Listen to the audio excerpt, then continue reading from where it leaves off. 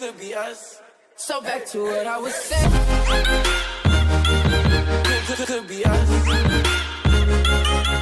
పొగ తాగటం, మద్యం సేవించటం ఆరోగ్యానికి హానికరం. Smoking, drinking injurious to health.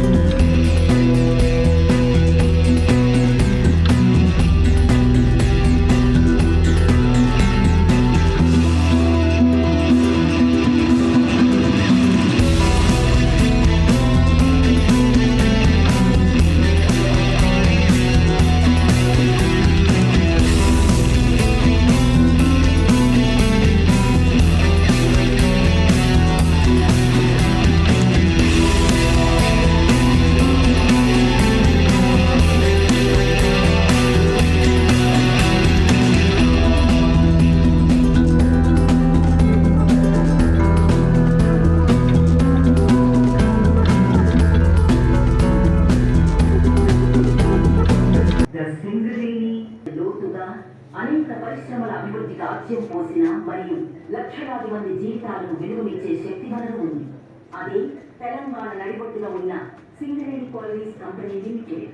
దక్షిణ భారతదేశంలో ఏకైక బొగ్గు ఉత్పత్తి సంస్థ మరియు తెలంగాణ అభివృద్ధికి గుండెకాయ. దీనిని తెలంగాణ ప్రగతి అని పిలుస్తారు.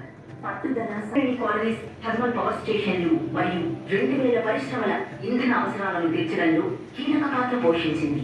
సిమెంట్, ఐరన్, సిరామిక్స్, కాగితం మరియు ఎరువుల పరిశ్రమల గమనాలకు శక్తిని అందించడం నుండి ప్రగతి కొలిమిలను వెలిగించడం వరకు సింగరేణి బొగ్గు తెలంగాణ పారిశ్రామిక మరియు వ్యవసాయ వృద్ధికి వెన్నెముకగా ఉంది.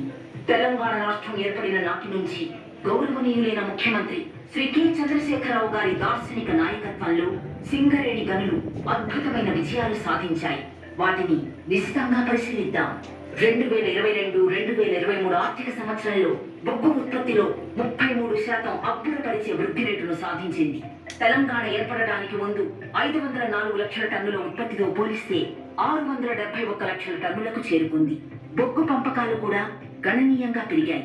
2013-2014లో 479 లక్షల టన్నులుగా ఉంటే 2022-2023లో 39% పెరిగి ఆకట్టుకునేలా 58,556 మిలియన్ 34 మిలియన్ యూనిట్ల ఎగుమతితో SCCL విద్యుత్ రంగంలో అగ్రగామిగా నిలిచింది.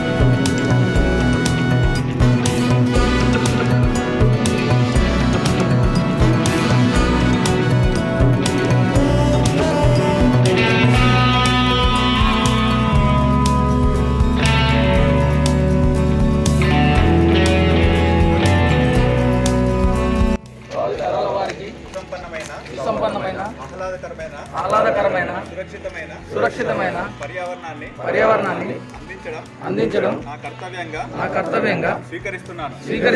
ఇందుకై నా వంతు కృషిగా మన చుట్టూ వృక్షాలను పెంచడం వాటిని పరిరక్షించడం మరియు గాలి నీరు భూమిని కలుషితం కాకుండా చూస్తానని ప్రకృతి మాత సాక్షిగా ప్రపంచ పర్యావరణ దినోత్సవ సందర్భంగా ప్రతిజ్ఞ చేస్తున్నాను. జై సింగరేణి.